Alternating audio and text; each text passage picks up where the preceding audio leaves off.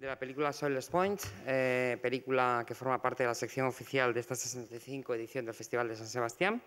Y para hablar de la película, pues tenemos el placer de contar con su protagonista, Macaulay Lombardi, y con su director, Matthew Porterfield. Bueno, quizá para empezar y romper el hielo, Matthew nos podría explicar un poquito cómo surge esta película y también cómo se relaciona con otras películas, sus tres anteriores películas, ¿no? Thank you all. I think my films always start with a very specific image, usually tied to a particular place. Baltimore, more often than not. I was thinking of friends of mine who have been on house arrest. The sort of the image, I think, is iconic of the ankle bracelet, the shackle, the lack of mobility that is implied. That was sort of the starting point, and in conceiving this character, I thought a lot about myself, my own deficiencies, and in thinking about his world, I was thinking of my neighborhood and the neighborhood where my grandfather worked for Bethlehem Steel, and I think Keith's journey allows us to meet a lot of citizens of Baltimore, across demographics, of different ages, and hopefully it paints a picture of a contemporary American city that happens to be also our home. Thanks. Mm-hmm. I didn't hear a question through the thing. Oh, you didn't hear the translation? You can, okay. What was the question? The question was... I can ask you the question now for you. Yeah. Okay. Yes. Can you put the headphones and I did in Spanish? Okay, thank you. También que nos contara, Macaulay nos cuente un poco la experiencia en la película, porque además creo que él también es oriundo de Baltimore, ¿no? I'm not getting that. You're not getting that? What about Baltimore? You're also a native of Baltimore. Yeah, I'm definitely from Baltimore. Can you talk about your experience of working on the film? Experience working on the film was great. It was very... It was a really cool experience to come home to do a project like this with a guy like this. And so, yeah, it was a special experience, I think, for a lot of us, especially the ones from Baltimore and like I, who came out of state to do a movie in Baltimore because I thought that I had to be in LA to make a movie. And so that was really refreshing and extremely weird to read a script and see like streets that I grew up on and lived my entire life, essentially. And so it was a very, very special experience, I think, for us to tell a story that we felt is a situation or is a story that is told, I think, a little bit too often in real life in Baltimore. Mm-hmm. So yeah, it was a nice experience to tell a story we felt should be told. Bien, ¿hay preguntas? Sí, tenemos una pregunta aquí en primera fila. Hi. Okay. Hi, yeah, Hi. yeah. Can we know what happens after the end of the movie? Do you go back home? Do you run away? What do you do? Are you saying, can you know, or do you want to know? I want to know. I'm so intrigued. Do you know? Do I know? I have a couple ideas of what happens. I think that's more of the man that created the story's question, rather than mine. But Well, it's something that we thought about, certainly. We even shot some scenes that didn't make it into the film that might have given an audience a more conclusive sense of what was next for Keith. But in the edit, I felt leaving it open to the imagination. Keith continuing his journey felt right in this particular moment in time. I thought it had more resonance. But yeah, he's heading home. He's heading back to his dad's house. His dad's probably left the porch light on, and Keith's gonna go inside, doors unlocked. Director's cut. Yeah, right. Yeah. Ok, ¿hay más preguntas? ¿Tenemos? Ah, sí, bien. Pues te traemos el micro, tú tranquila. Thank you. Hi again. I have a ton of them. Oh, I so love it. no one wants to I ask. love I'm gonna it. be here all evening. No. I want to know about the title. Why are you calling it like that? I don't really know Yeah. the meaning of it. Sure. Solar's Point is a road, but it's more than a road. It's sort of shorthand for a particular neighborhood in Dundalk, which was a company town built by Bethlehem Steel. The area is also called Turner Station. I mean, in Dundalk, in this particular, like the southern tip of Dundalk on the Chesapeake Bay, there are several neighborhoods, each with their own kind of distinct character, all middle class, but divided kind of along lines of, well, historically divided along lines of race, but in the last, 20 years have become a little more integrated. Solar's Point is a road. There's a high school called Solar's Point Technical High School.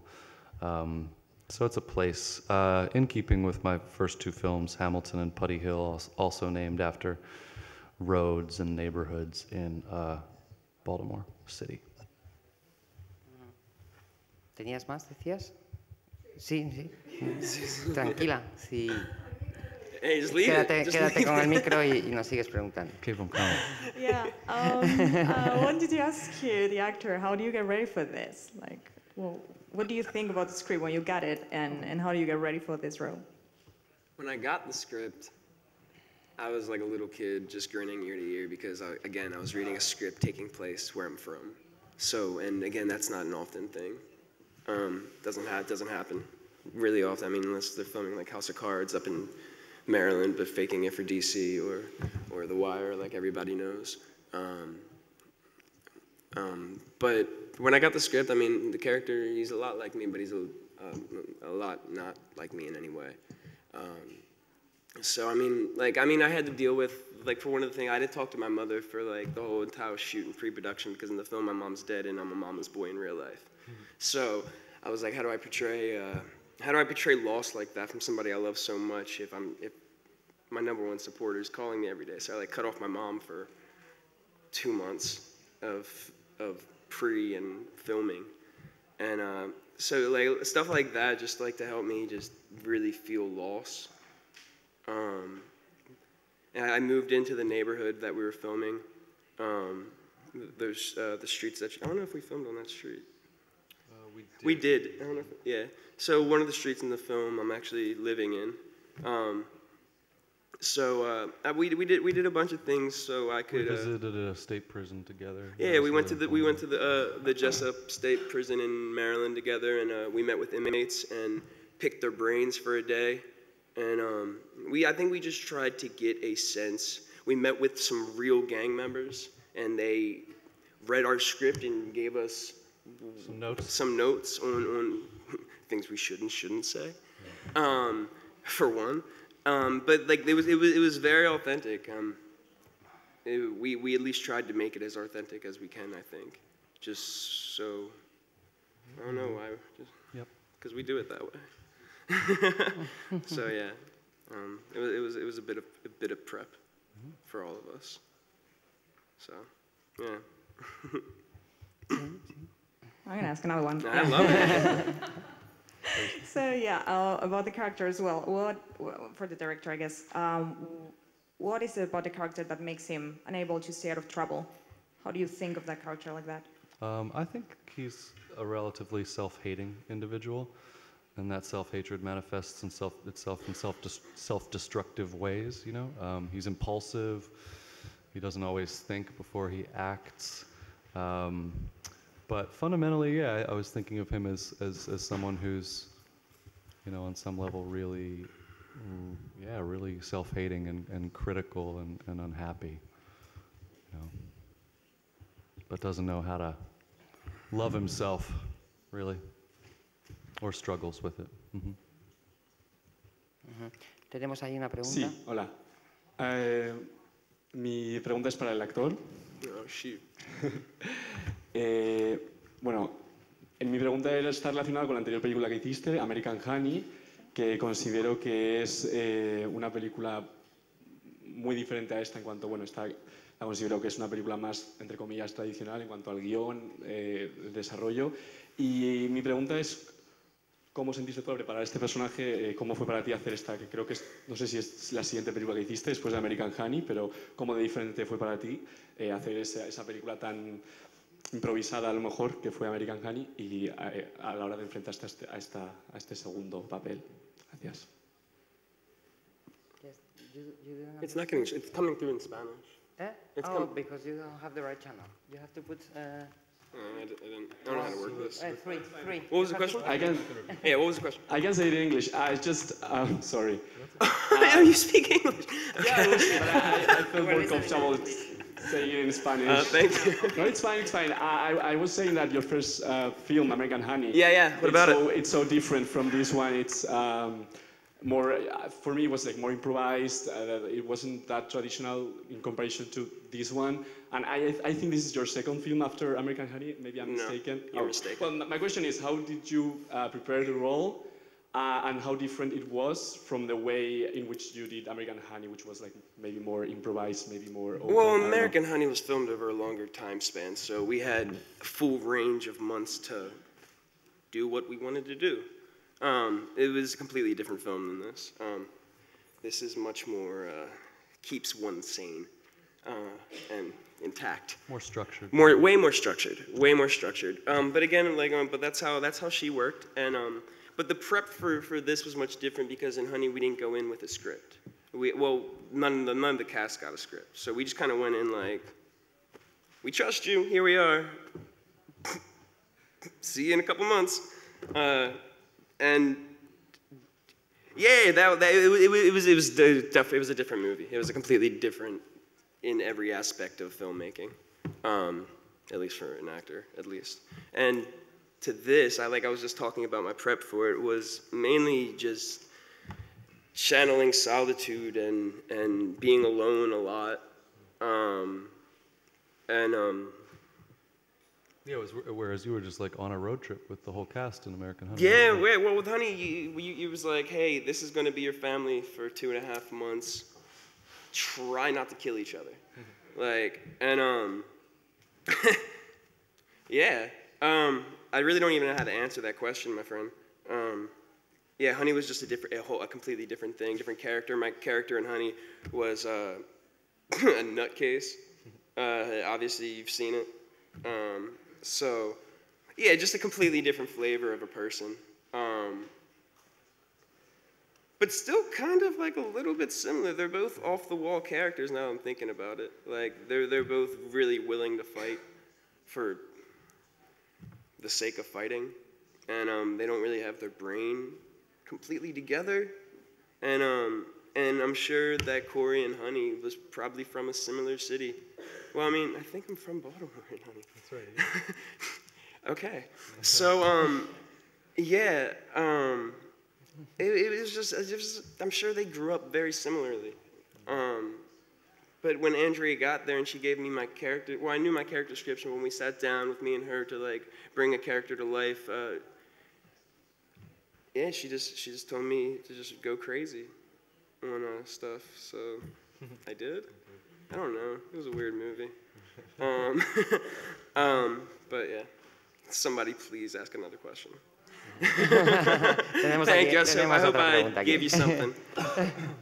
Sí, volviendo a la pregunta anterior al director sobre el personaje, él dice que es un personaje que se odia a sí mismo. Quería preguntarle si ve en él también de algún modo un rebelde sin causa, ¿no? Porque siempre que parece que quiere hacer algo para encauzar su vida, termina jodiéndola, vaya.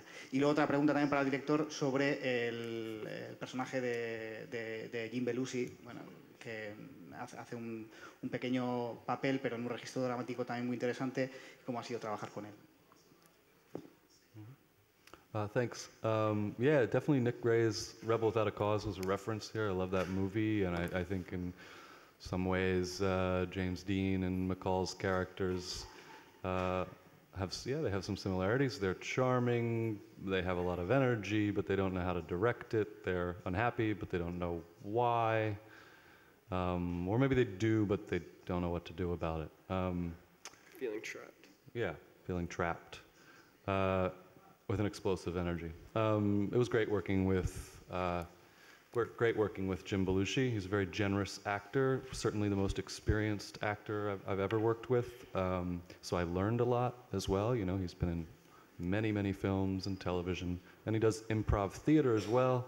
So he's comfortable on set, but he's also creative and has a lot of ideas and can likes to mix it up, you know, in a way to keep things fresh for him, which I appreciate because it keeps it fresh for the rest of us as well. I thought he was really generous with the other actors, which I also appreciated, you know, because like with that experience, you know, some actors, they might be frustrated working with younger actors. He was also asked to play opposite actors, you know, who had never been in a film before. In the case of that group at the card table, one was a complete novice, one had a little screen experience, but, you know, Jim has a ton more. But he was, you know, really patient and giving and creative. You know, and he came down and did this little movie. He can do a lot bigger things. But he believed in the project, connected with the material and the character, and connected with McCall as well. It was great. Tenemos más preguntas. No sé si te quedó alguna todavía o ya estás. Sí, tienes todavía. Bien, podemos traer el micro. She still has questions. Yeah, I have another one. Oh, yeah, it's about the music. Why do you choose the music you chose? Everything seems to be like heavy metal, if that's even heavy metal, because I know nothing about music. But yeah, you know what I mean.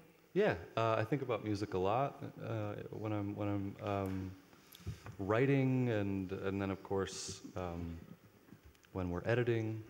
You know, some of those scenes were written with kind of musical cues in mind. Some instances we were able to acquire that very music, but in other instances we had to find replacements. And then of course when you're editing, sometimes you feel, you know, a scene might need something, and then you go and look for it. But from a character place, you know, I really thought that Keith listened to metal. That was his music, and it was also mine when I was growing up. When I was writing the script, I was listening to one album by a doom metal band on Southern Lord Records called Sun, and it really influenced the script and then the direction I took the character. We thought maybe they would do a score, but I've really never had a score for any of my films, and I kind of appreciate just using kind of on-screen cues, diegetic music, and it was mostly local or regional. The rap, the hip-hop in the film is regional as well. We worked with great supervisors, secretly Canadian. Is that right? Is that the, yeah. And they helped also fill in some blanks. You know, it was my first time working with a music supervisor, you know, who was like a creative collaborator on the film, and they brought some really interesting ideas to the table.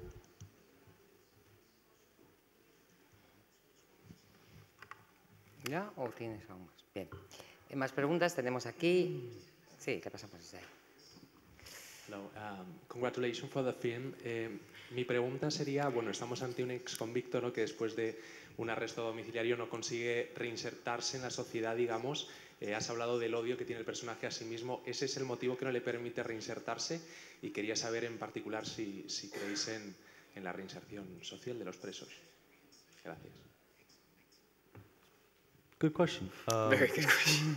I certainly do believe in possibility of reentry with support, and I think Keith is certainly dealing with some socioeconomic situational conditions that make his reentry difficult. But I didn't really want to critique the federal justice system or the prison system explicitly. This is a character study and and a study of a neighborhood, the character of a neighborhood, more than a sort of overt political critique. That would be another film.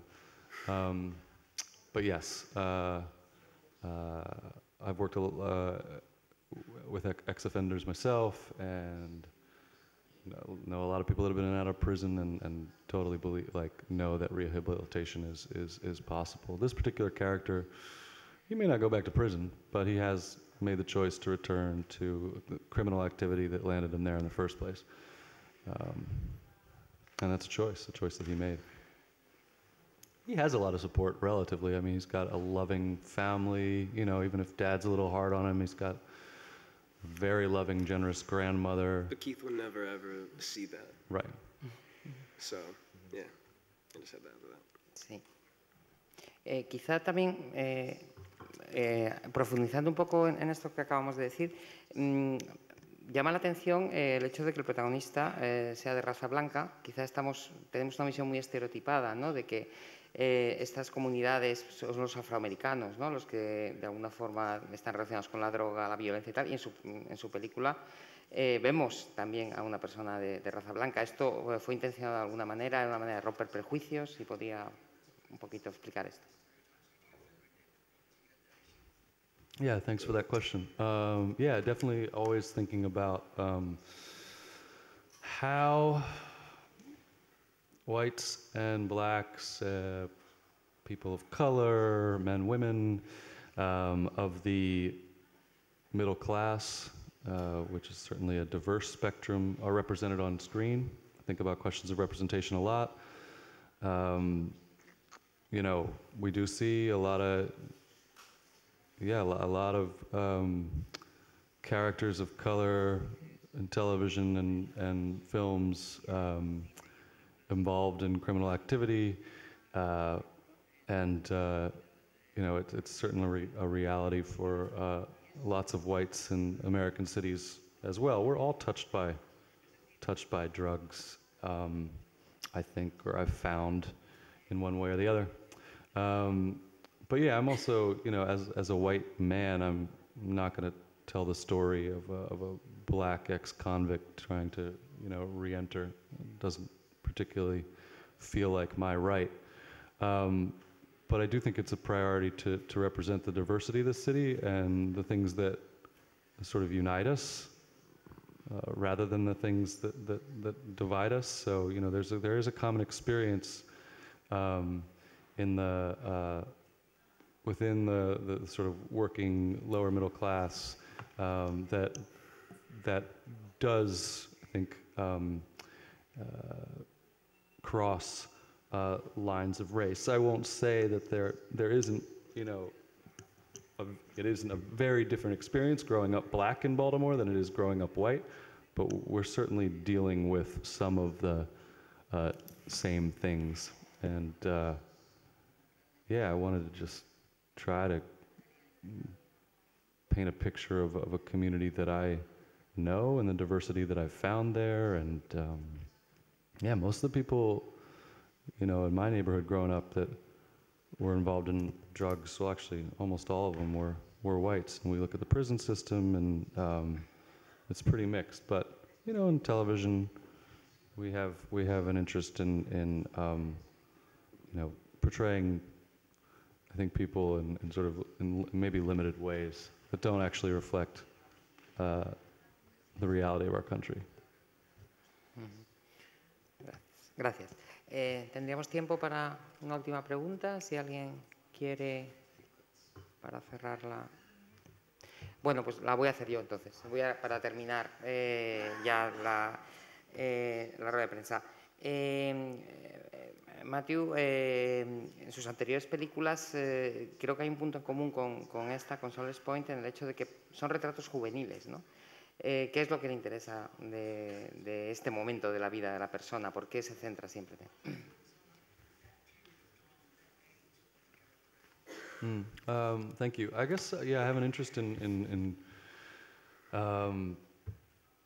portraying youth because it's such a time of change, a time when we're in flux, a time when we're presented with challenges, making decisions in the moment, not always sure how to react. It's like a liminal space, you know, which interests me because I don't know. I find like willful protagonists with a very clear goal that they pursue and then ultimately achieve really false like narrative that is abundant in American cinema, and I don't know people who live that way. I live very hand to mouth, and many of the people in my life do too. But by focusing on young people, I can really situate that for my characters. They're figuring things out. They're reacting to stimulus, but not always in the most productive ways. So I don't know. I think youth is really interesting in our country because there aren't very traditional rites of passage, you know, anymore. Youth is a market. You know, they have incredible power, sort of in the media, but they also don't. It's changing, but don't have necessarily much of a voice. So, yeah, I've always loved like youth films, whether documentary or fiction, and I teach. I've been a teacher for many years, so I'm surrounded by people of lots of different ages, and I think there's still stories to tell about that demographic. Muchas gracias. Bueno, pues si no hay más preguntas ya, entonces damos por finalizada la rueda de prensa. Solo desearles muchísima suerte con la película y muchas gracias por haber venido a San Sebastián. Thank you guys.